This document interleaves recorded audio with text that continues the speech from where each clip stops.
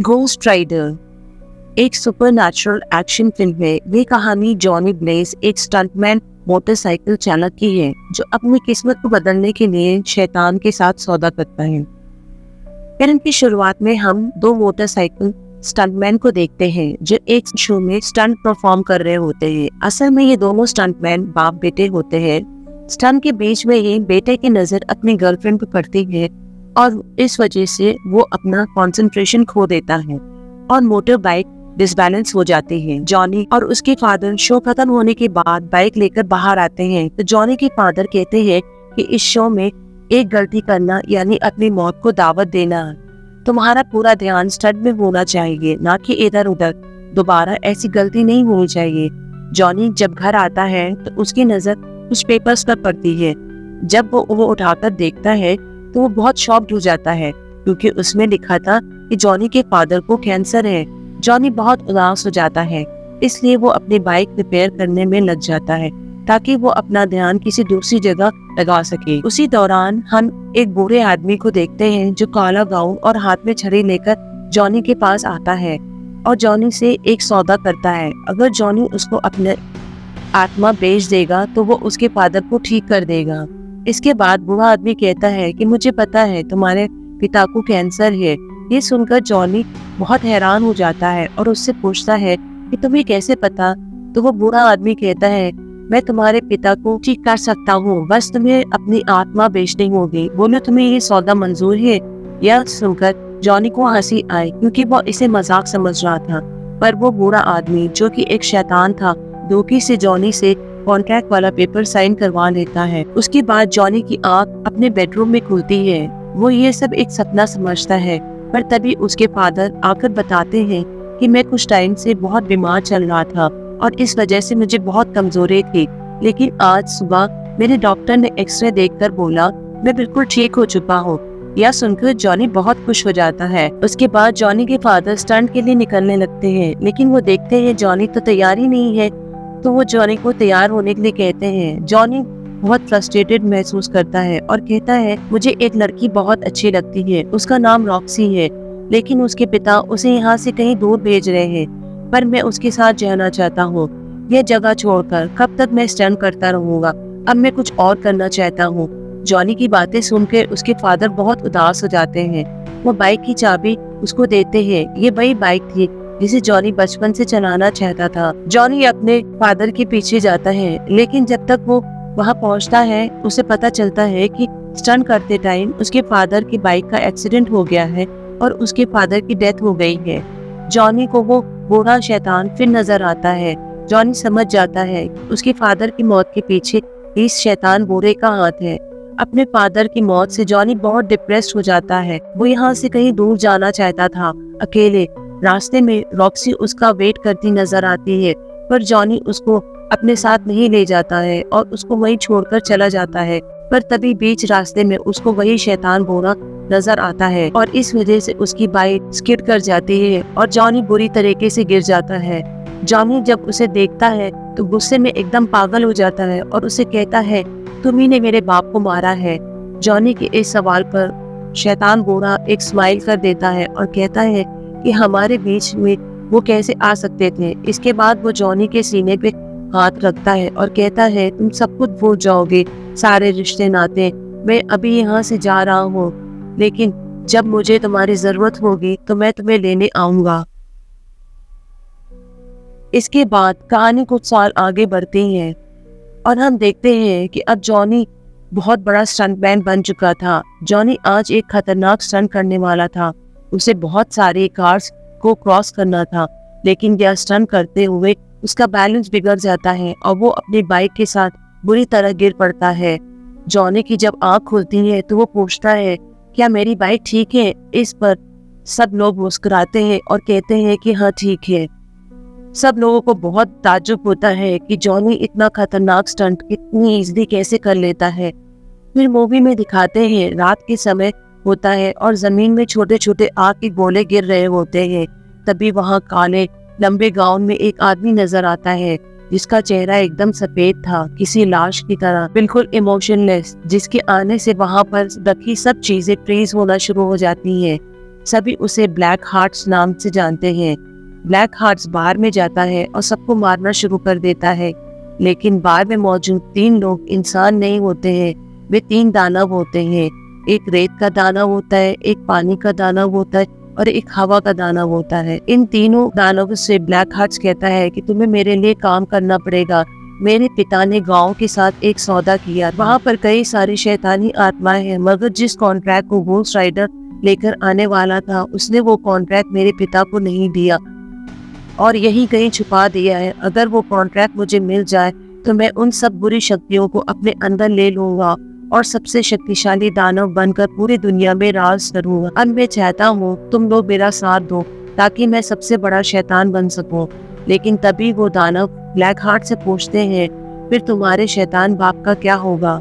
फिर हम देखते हैं कि उसी बूढ़े शैतान जो ब्लैक हार्ट्स का फादर होता है, ब्लैक हार्ट अपने फादर से कहता है कि सभी चीजों की कस्टोडियन मुझे दे दो, मेरा समय है। वही उसका बाप कहता है, हाँ तुम्हारा समय आएगा, पर अभी मेरा समय चल रहा है। वो ब्लैक हार्ट से कहता है कि तुम मेरा कुछ बिगाड़ नहीं सकते हो। इस पर वो शैतान बूढ़ा कहता है कि मेरा घोस्ट राइडर तुम्हें जिंदा नहीं छोड़ेगा। लेकिन ब्लैक हार्ट उल्टा अपने बाप को सुनाते हुए कहता है, मैं तुम्हें बहुत जल्दी खत्म कर दूंगा और तुम्हारे घोस्ट राइडर को भी।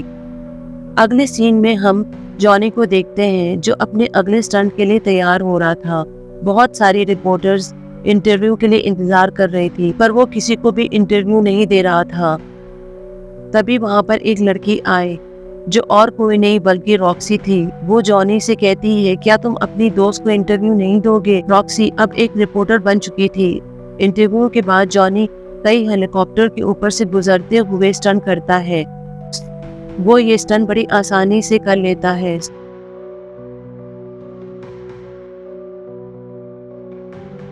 स्टंट पूरा होने के बाद जॉनी रॉक्सी के पास पहुंचता है। वो रास्ते में चलते चलते उसे मनाने की कोशिश करने लगता है।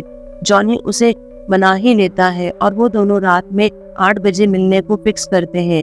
जॉनी बाथरूम में अपनी डेट के लिए तैयार हो रहा था, तभी वो देखता है कि उसके हाथ बिल्कुल लाल हो गए हैं। जब वो अपने हाथों में पानी डालता है तो उसमें से धुआं निकलने लगता है। जॉनी ये देख के बहुत घबरा जाता है। तभी उसको ऐसा लगता है जैसे उसको कोई आवाजें दे रहा हो, जॉनी जॉनी, लेकिन वहां पर कोई भी नहीं था।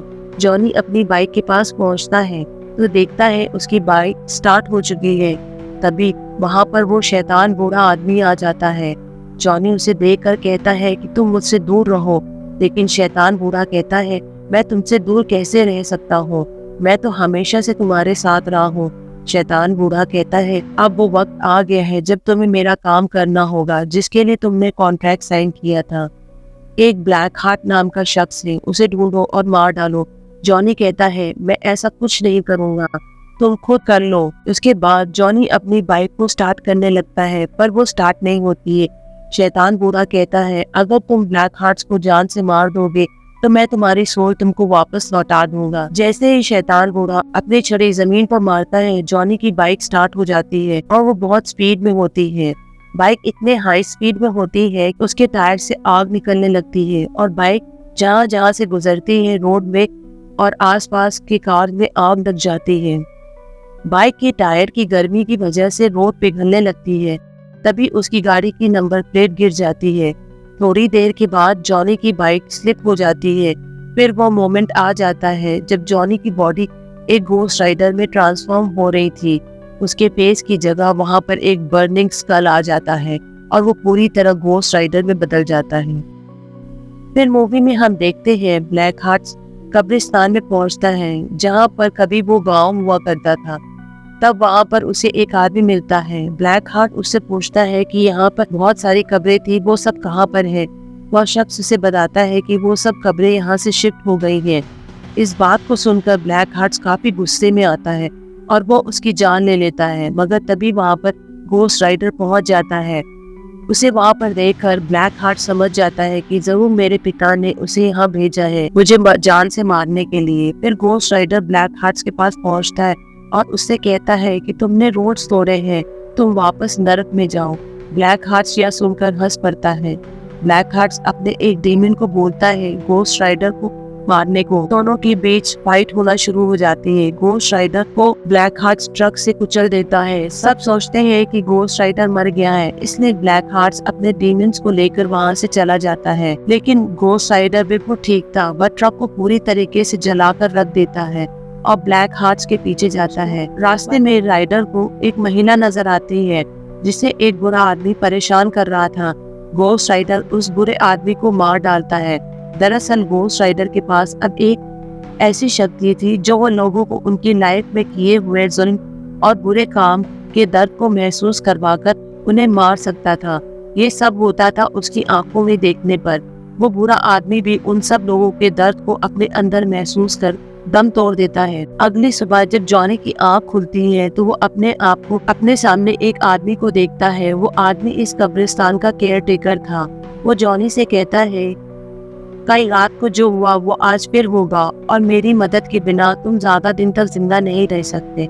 इस पर जॉनी कहता है, मुझे किसी की मदद की जरूरत नहीं है। पर वो शख्स कहता है, तुमने कॉन्ट्रैक्ट साइन किया है, काम तो पूरा करना पड़ेगा। इस पर जॉनी पूछता है, क्या मुझसे पहले भी कोई घोस्ट राइडर था? वो शख्स कहता है, हाँ, आज से 200 साल पहले एक घोस्ट राइडर था जो उस शैतान बूढ़े के लिए काम करता था।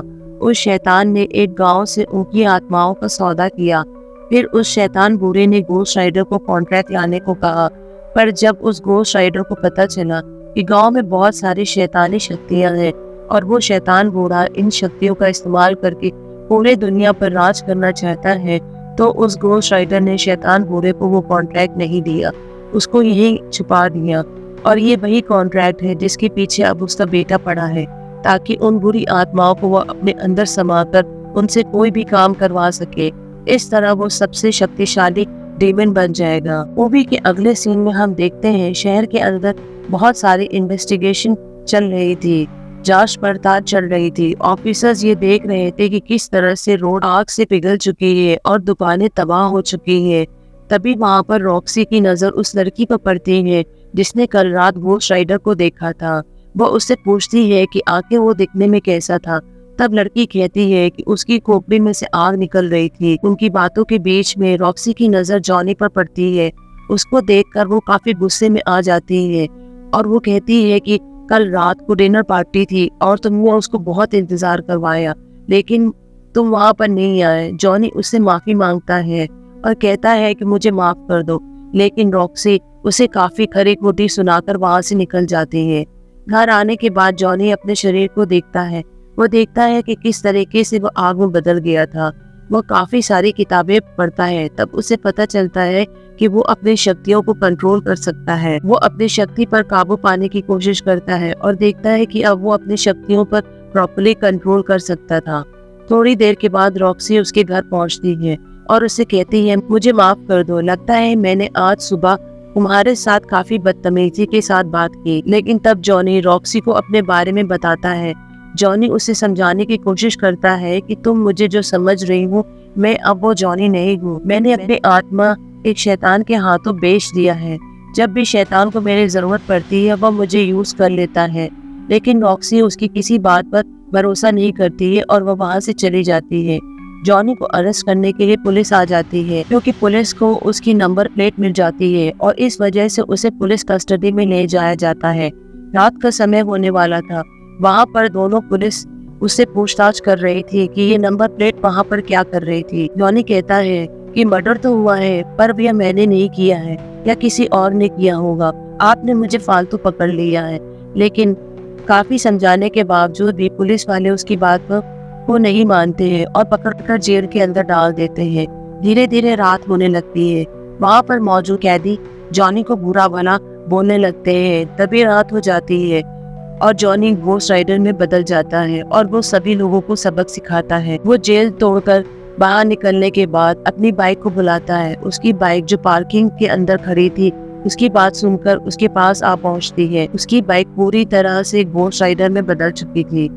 वहाँ से वो सारे पुलिस वाले घोस्ट राइडर को रोकने की कोशिश करते हैं, मगर वह किसी की बात नहीं सुन रहा होता और वो वहाँ से निकल जाता है ब्लैक हार्ट्स को जान से मारने के लिए। रास्ते में पुलिस उसका रास्ता रोकती है, मगर वो घोस्ट राइडर पानी के अंदर चला जाता है और फिर थोड़ी देर के बाद पानी के ऊपर अपनी बाइक चलाते हुए वहाँ से निकल जाता है। ब्लैक हार्ट अपने हवा वाले दानव को भेजता है घोस्ट राइडर को मारने के लिए। वो उसे बिल्डिंग के ऊपर ले जाता है। घोस्ट राइडर उसको मारने की कोशिश करता है पर वो बच जाता है और बोलता है कि मैं तो एक हवा हूँ और जो हवा से बना है भला उसे कौन मार सकता है। तभी वहाँ पर घोस्ट राइडर के हाथों में एक चेन लग जाती है। चेन को वो अपने हाथों से घुमा घुमा कर हवा वाले शैतान को चेन से जकड़ कर मार डालता है और उसके बाद में वो बिल्डिंग से नीचे उतरकर आने लगता है। सारे पुलिस वाले उसे घेरा बनाकर उसे पकड़ने के लिए खड़े थे, लेकिन जब वहाँ पहुँचता है तो सब लोग उसे देखकर काफी हैरान हो जाते हैं। रॉक्सी भी वहाँ पहुँचती है और उससे बात करने की कोशिश करती है, लेकिन सब पुलिस वाले उसके ऊपर गोलियां चलाने लगते हैं। घोस्ट राइडर को बहुत गुस्सा आ जाता है, जगह तबाही मचाकर अपनी बाइक को फुल स्पीड में लेकर वहाँ से चला जाता है।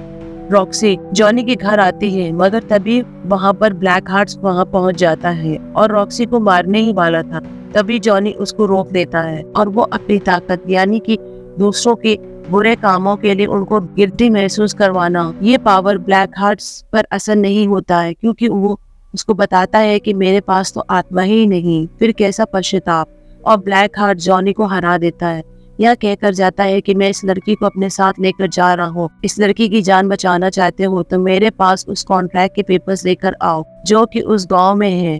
मुझे वहीं पर आकर के मिलना, मैं तुम्हारा उसी गांव में इंतजार करूंगा। उसकी बात सुनने के बाद जॉनी सीधे उस कब्रिस्तान वाले आदमी के पास जाता है जिसने उसे कॉन्ट्रैक्ट वाली बात बताई थी। तब हमें पता चलता है कि कब्रिस्तान का केयरटेकर कोई और नहीं बल्कि 200 साल पुराना घोस्ट राइडर है, जिसने शैतान बूढ़े को कॉन्ट्रैक्ट के पेपर्स नहीं दिए और छुपा दिए थे। जॉनी उसे बताता है कि मेरी गर्लफ्रेंड ब्लैक हार्ट्स लेकर गया है और वो चाहता है कि मैं उसको गांव वाले कॉन्ट्रैक्ट के पेपर लाके दूं। क्या आप मेरी हेल्प करेंगे? तब केयरटेकर कहता है अगर उसको ये पेपर मिल जाए तो वो दुनिया का सबसे बड़ा शैतान बन जाएगा, फिर उसको कोई नहीं रोक सकता, वो पूरी दुनिया को तबाह और बर्बाद कर देगा। जॉनी कहता है आप मुझ पर विश्वास करें, मैं ये सब नहीं होने दूंगा। और इसी के साथ केयरटेकर और जॉनी अपने असली घोस्ट राइडर के रूप में आ जाते हैं और 500 मील दूर गांव के लिए निकल जाते हैं। एक तरफ तो केयरटेकर अपने घोड़े पर थे और दूसरी तरफ जॉनी अपनी बाइक पे था।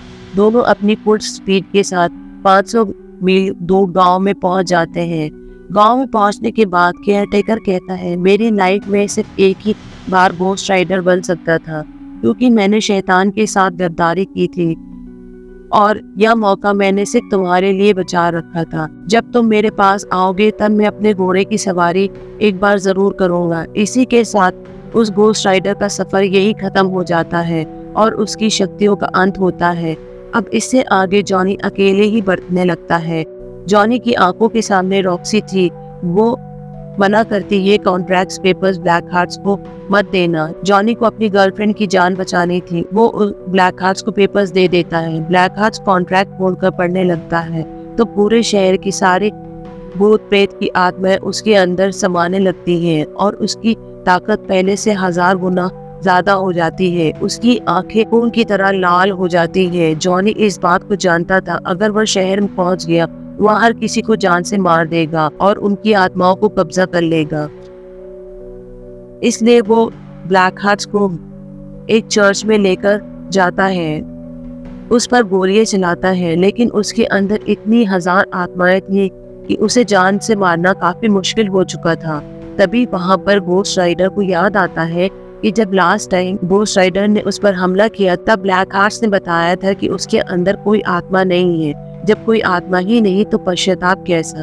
पर आज उसके अंदर 1000 आत्माएं हैं और 1000 आत्माओं की अपनी एक स्टोरी होती है। उनके गुनाह होते हैं, पश्चाताप भी होते हैं और इसी का फायदा उठाकर घोस्ट राइडर ने ब्लैक हार्ट्स को हरा देता है और उसका अंत कर देता है। शैतान बूढ़ा कहता है तुमने अपना काम पूरा कर दिया, अब मैं तुम्हारी शक्तियाँ वापस देता हूँ। लेकिन जॉनी अपनी शक्तियाँ देने से मना कर देता है और उसे वार्निंग देता है कि अभी तो सिर्फ तेरा बेटा मरा है, अब तू भी मरेगा। और इसी के साथ मूवी की हैप्पी एंडिंग होती है, जहाँ पर हम देखते हैं कि रॉक्सी और जॉनी एक